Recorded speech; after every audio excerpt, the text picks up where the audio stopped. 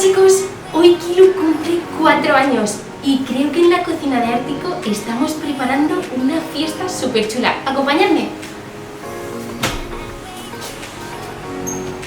¡Hola chicos! ¡Hola! ¡Hola!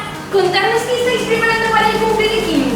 Pues mira, le estamos haciendo una tarta muy grande que lleva hielo, gelatina y también pulpo, porque a Kilu le encantan las patitas de pulpo y además tiene un mensaje muy importante que os queremos contar, ¿verdad, Noni?